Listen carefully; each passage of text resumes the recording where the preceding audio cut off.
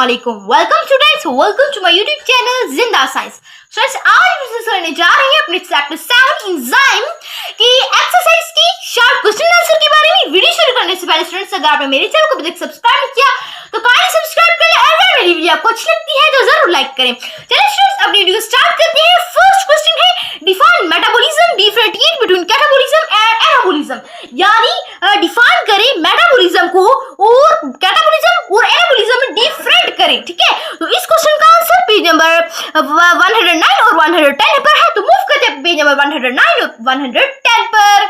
तो students, first short question का answer इधर से लेकर इधर तक पहले नंबर पर आता है। कैटाबॉलिज्म इधर से लेकर इधर तक और इसकी एग्जांपल इधर से लेकर इधर तक। और नेक्स्ट भी है इसका, पहले मैं ये रिवाइज कर देती हूँ। यानी मेटाबॉलिज्म क्या है? मेटाबॉलिज्म तमाम कमियां रद्दी अमल का सम है जो कि एक ऑर्गेनिज्म में होते हैं। ठीक है, जिंदगी को बरकरार रखने के लिए। ठीक है, ये हमारे पास मेटाबॉलिज्म की तारीफ होगी। अब हम करते हैं कैटाबॉलिज्म की तारीफ यानी डेफिनेशन।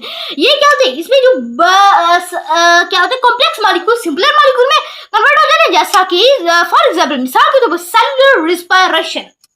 नेक्स्ट पेज में इसका आंसर इधर से लेकर पहले नंबर पर इधर तक आता है और एक इसकी एग्जांपल आती है यानी प्रोटीन सिंथेसिस। ठीक है, यानी एनाबॉलिज्म क्या है? इसमें जो छोटी मॉलिक्यूल होते हैं उससे बड़े मॉलिक्यूल बनाना क्या होता है, ये इसको हम कहते हैं एनाबॉलिज्म। इस प्रोसेस में एनर्जी क्या होती है? कंज्यूम होती है यानी ऑब्जर्व होती है। ठीक है, इसकी एग्जांपल है प्रोटीन सिंथेसिस, प्रोटीन को बनाना। प्रोटीन किस चीज से बनती है? प्रोटीन भी तो कई चीजों से बनती है ना, ये तो नहीं जिस तरह का प्रोटीन अमीनो एसिड से बनती है। अमीनो एसिड बुनियादी हिस्सा है प्रोटीन का, जिस तरह प्रोटीन एक एंजाइम का बुनियादी हिस्सा है। तो इस प्रोसेस में क्या होता है? इस प्रोसेस में जब प्रोटीन बनती है, एक बात याद रखिए, प्रोटीन की सिंथेसिस के दौरान जो एनर्जी होती है वो ऑब्जर्व होती है। तो फ्रेंड्स, ये हमारे को मुकम्मल आंसर हो गया है। अब हम चलते हैं शॉर्ट क्वेश्चन नंबर 2 की तरफ। यानी नेक्स्ट क्वेश्चन है, what types of metabolism demand input energy. यानी कौन सी जो टाइप है मेटाबॉलिज्म की जो कि इनपुट एनर्जी की डिमांड करती है, इसकी एग्जांपल दें। ठीक है, तो स्टूडेंट्स, इस क्वेश्चन का आंसर बी पेज नंबर 110 पर है। तो मूव करते हैं 110 पर। कौन सा प्रोसेस है जिसमें एनर्जी दाखिल होती है, एनर्जी ऑब्जर्व होती है? तो है एनाबॉलिज्म। बिल्कुल स्टूडेंट्स, यही आंसर है। इधर से लेकर इधर तक सेकंड क्वेश्चन का और इधर से लेकर इधर तक आपने करना है। यानी एनाबॉलिज्म वो प्रोसेस है जिसमें सिंपलर मॉलिक्यूल से बिल्ड होते हैं, तामीर होती है नई बड़ी मॉलिक्यूल्स। ठीक है, जिस तरह कार्बन और ऑक्सीजन मिलकर क्या बनते हैं? कार्बन डाइऑक्साइड बनता है। बिल्कुल इसी तरह हमारे पास ये होता है एनाबॉलिज्म वाला प्रोसेस होता है। इस प्रोसेस में एनर्जी कंज्यूम होती है, एनर्जी ऑब्जर्व होती है। क्योंकि जब किसी चीज को ये बनना हो ना तो एनर्जी क्या होती है? लगती है, ज्यादा मेहनत लगती है। किसी चीज में टूटना हो तो एनर्जी रिलीज होती है। तो ये सोच इधर से लेकर इधर तक और इधर से ये वन एग्जांपल प्रोटीन सिंथेसिस, इसकी क्या है एग्जांपल है। तो ये हमारे पास सेकंड क्वेश्चन का आंसर हो गया। अब हम मूव करते हैं अपने शॉर्ट क्वेश्चन नंबर 3 की तरफ। नेक्स्ट थर्ड वाला क्वेश्चन है, डिफाइन एन एंजाइम। एक एंजाइम को डिफाइन करें। What is the role in metabolism. यानी एंजाइम का मेटाबॉलिज्म में क्या किरदार है? तो स्टूडेंट्स, इस क्वेश्चन का आंसर पेज नंबर 110 पर है। तो मूव करते हैं पेज नंबर 110 पर। तो फ्रेंड्स, ये है हमारे पास इस क्वेश्चन का आंसर इधर से लेकर इधर तक है। यानी मेटाबॉलिज्म को कैसे यूज करता है? देखिए, आपको इस लाइन से समझ नहीं आ रही होगी। ठीक है, आपको पहले मैं बता दूं इधर से लेकर इधर तक इसका आंसर है मुकम्मल। ठीक है, यानी एंजाइम एक बायोलॉजिकल कैटालाइज है, हयाताती कैटालाइज है। एक प्रोसेस को तेज करने वाले हैं, that speed up chemical reaction, जो कि एक जिंदा जानदार में केमिकल रिएक्शन को स्पीड अप करती है without being consumed in this process is process में कंज्यूम्ड किए बगैर, एनर्जी को कंज्यूम्ड किए बगैर, ठीक है, ऑब्जर्व किए बगैर। ठीक है, देखिए अब इस लाइन में मेटाबॉलिज्म, देखिए हमने पढ़ा कि chemical reactions metabolism the sum of all the chemical reactions which occur in living organism. ये भी तो केमिकल रिएक्शन है कि जो लिविंग ऑर्गेनिज्म में होती है, इनका सम मेटाबॉलिज्म कहलाता है। तो यही मतलब हुआ कि केमिकल रिएक्शंस में अगर ये हिस्सा डाला है तो मतलब मेटाबॉलिज्म को कि एक अमल को तेज कर रहा है।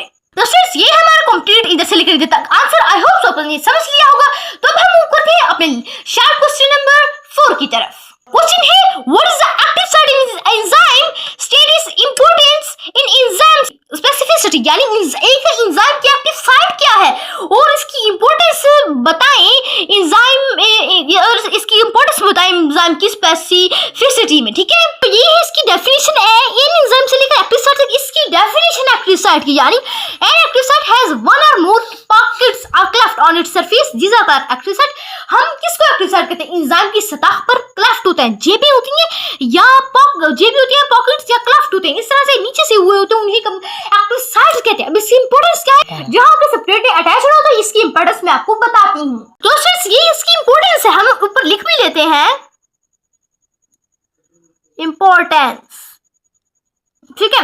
यानी active site is a place where substrate attach with active site, यहाँ यानी एक्टिव साइट वो जगह है जहां सब्सट्रेट ने आकर एक्टिव साइट के साथ अटैच होना होता है, ठीक है।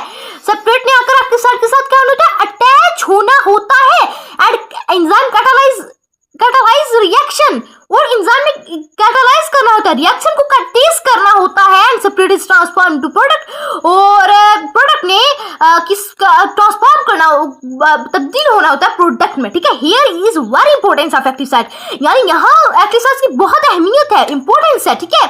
If active site do not work properly, अगर एक्टिव साइट अपना जो काम है वो प्रॉपर्ली ना करे, मुकम्मल तरीके से ना करे, मुकम्मल तौर पर ना करे, then all the reactions of enzyme are stops, यानी तब अगर ये अपना मुकम्मल काम ना करे तो तब एंजाइम के तमाम काम रुक जाए, ठीक है, तमाम रिएक्शंस खत्म हो जाते हैं। इसकी इंपॉर्टेंस तो ये है हमारे पास एक्टिव साइट की, अगर ये ना हो तो सब्सट्रेट की तरह आकर जुड़ना है, एंजाइम में क्लेफ्ट हूं तो वो सब्सट्रेट आकर जुड़ेगा तो उसका रिएक्शन होगा, अगर ये ना हो तो फिर रिएक्शन भी ना होगा, नहीं होगा। तो फ्रेंड्स ये है हमारे पास इसका मुकम्मल आंसर, आप इसको नोट कर लें। हमारे पास आ गया हमारा long question number short question number 5, provide an example of specific enzyme substrate pair, यानी एक खास एंजाइम सब्सट्रेट पेयर की एक मिसाल प्रोवाइड करें। तो इसका आंसर कॉपी पर है, तो मूव करते हैं कॉपी पर। चलिए लिखते हैं अपना शॉर्ट क्वेश्चन नंबर 5, ठीक है। आंसर है, यानी सुक्राज enzyme acts on sucrose substrate, acts on sucrose substrate and break it into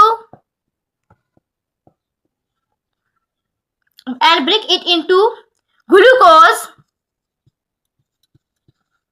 and fructose, यानी हमारे पास जो सुक्रेस है, sucrase enzyme act on sucrose substrate, यानी जो सुक्रेस एंजाइम है वो सुक्रोज सबस्ट्रेट पर क्या करता है? एक्ट करता है and break it into glucose and fructose, और इससे ग्लूकोज और फ्रुक्टोज में तोड़ देता है। तो ये था हमारे पास कंप्लीट आंसर हमारे शॉर्ट क्वेश्चन नंबर 5 का। हमारे पास आ जाता है हमारा short question number 6, what is the effect of substrate concentration and enzyme activity, के सबस्ट्रेट की कंसंट्रेशन का असर क्या है एंजाइम की एक्टिविटी पर। तो इसका आंसर पेज नंबर 114 पर है, तो मूव करते हैं पेज नंबर 114 पर। यानी सबस्ट्रेट कंसंट्रेशन का एंजाइम पर क्या असर होता है, ठीक है। तो उसकी वजाहत करें, डिस्क्राइब करें, तो हमने मुकम्मल लिखना है अगर डिस्क्राइब करें तो, ठीक है। चलिए, एन इंक्रीज इधर से लेकर इधर तक इसका आंसर है, ठीक है। An increase in substrate concentration increase the rate of reaction, यानी अगर जो सबस्ट्रेट की कंसंट्रेशन बढ़ेगी तो एंजाइम का रिएक्शन भी बढ़ेगा। जब एंजाइम का रिएक्शन बहुत ज्यादा बढ़ जाएगा तो तमाम एक्टिव साइट पर कब्जा कर लिया जाएगा। इस हालत में ज्यादा जो सबस्ट्रेट करने के लिए ज्यादा फ्री एक्टिव से नहीं मिलेगी, इसको हम कहते हैं सैचुरेशन ऑफ एक्टिव साइट। और इसमें और इससे इस हद से ज्यादा और आगे नहीं बढ़ सकता इसका जो सबस्ट्रेट कंसंट्रेशन है। तो ये होगा हमारे पास कंप्लीट अपने शॉर्ट क्वेश्चन नंबर 6 का। अब मूव करें अपने शॉर्ट क्वेश्चन नंबर 7 पर। तो फ्रेंड्स ये है हमारे पास हमारा short question number 7, provide 2 examples of enzyme that operate optimally at specific pH, यानी दो एंजाइम की एग्जांपल्स दें जो कि स्पेसिफिक पीएच पर ऑप्टिमम है, बेहतर पीएच पर है। तो इसका आंसर पेज नंबर 114 पर है, तो मूव करते हैं पेज नंबर 114 पर। तो फ्रेंड्स ये हमारे पास 2 एग्जांपल्स है, पेप्साइन और ट्राइप्साइन, जो हमारे पास है ये इसके, ठीक है। यानी pepsin is stomach work and acidic medium, यानी जो पेप्साइड होती है मैदे में वो 1 to 5 या 2 to 2 pH पर काम करती हैं। जो ट्राइप्साइन है वो अपनी महसूस 7 से 8% एल्कली स्मॉल इंटेस्टाइन में एल्कली मीडियम में 7 से 8 pH तक अच्छे तरीके से काम करती हैं। यानी उन्होंने कहा था कि 2 pH डिस्क्राइब करें जो कि अपनी ऑप्टिमम pH पर काम करती हैं। तो ये है हमारे शॉर्ट क्वेश्चन नंबर 7 का आंसर। तो अब हम मूव करते हैं अपने शॉर्ट क्वेश्चन नंबर 8 की तरफ। नेक्स्ट क्वेश्चन नंबर 8 है, what do you mean by optimum temperature and pH, यानी आपका क्या मतलब है ऑप्टिमम टेम्परेचर एक बेहतर टेम्परेचर और पीएच से, ठीक है, यानी इसको डिफाइन करें। तो इसका आंसर पेज नंबर 103 और दोबारा 113 और 114 पर। चलिए, उन्होंने कहा था कि एक स्पेसिफिक एक ऑप्टिमम टेम्परेचर और पीएच को अपनी अल्फा यानी डिफाइन करें, बताएं हमें, ठीक है। तो हम ऑप्टिमम टेम्परेचर को यहाँ तक बताएंगे, ठीक है। ऑप्टिमम टेम्परेचर से इधर लेकर इधर तक बताएंगे। पहले नंबर पर हमारा फर्स्ट स्टेप जो होता है ना, इसका आंसर इधर से लेकर इधर तक, ठीक है। यानी हर एंजाइम अपने ही खास टेम्परेचर पर अच्छे तरीके से काम करता है, प्रॉपर काम करता है, ठीक है। इसे हम कहते हैं ऑप्टिमम टेम्परेचर यानी बेहतरीन टेम्परेचर, ठीक है। अब हम मूव करते हैं पेज नंबर 114 पर, जिस पर हम पीएच को डिफाइन करेंगे। देखिए, इधर से लेकर इधर तक इसका आंसर है, ठीक है। Enzyme are sensitive to hydrogen ion concentration, यानी एंजाइम हाइड्रोजन आयन की कंसंट्रेशन करने की एंजाइम हाइड्रोजन आयन की कंसंट्रेशन करने के लिए हसास होती है, ठीक है। उस फ्लूइड की जिसमें वो काम करते हैं वो बहुत सारी एक्टिविटीज यानी सरगर्मियां शो करती हैं एक खास पीएच पर, ठीक है। इन्हें हम कहते हैं उनका ऑप्टिमम पीएच, ठीक है, यानी बेहतरीन पीएच। ये था हमारे पास हमारा आंसर क्वेश्चन नंबर 8 का। तो अब हम मूव करते हैं अपने क्वेश्चन नंबर 9 की तरफ।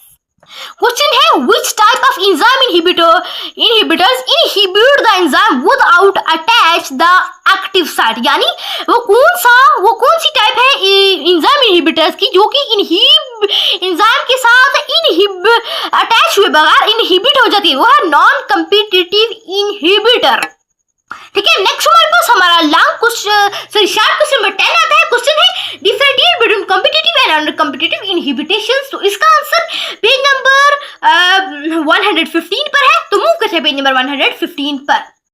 तो फ्रेंड्स, ये हमारे शॉर्ट क्वेश्चन नंबर 10 का आंसर है, इधर से लेकर इधर तक और इधर से लेकर इधर तक। तो अब मैं रिवाइज कर देती हूँ, यानी कॉम्पिटिटिव इनहिबिटर वो होता है जहां ना क्या होता है बता, जहां एंजाइम होता है, एंजाइम बिल्कुल परफेक्ट होता है, महसूस होता है सबस्ट्रेट के लिए, ठीक है। लेकिन एंजाइम की एक्टिव साइड पर आकर ना क्या बैठ जाता है, इनहिबिटर आके बैठ जाता है, जिसकी वजह से सबस्ट्रेट एंजाइम के साथ नहीं जुड़ सकता, ठीक है।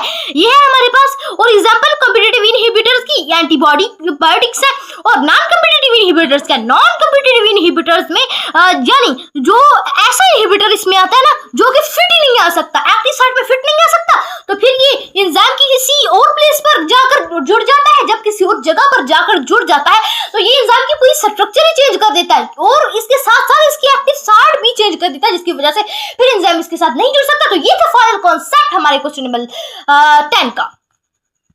तो स्टूडेंट्स, आई होप आप लोगों को क्वेश्चन समझ लिए होंगे। तो स्टूडेंट्स, अगर आपको अभी भी कोई कंफ्यूजन है तो आप कमेंट बॉक्स में आकर पूछ सकते हैं। तो स्टूडेंट्स, आज से इतना काफी है। अल्लाह हाफिज़, मिलते हैं नेक्स्ट वीडियो में। Thanks for watching and don't forget to subscribe my channel.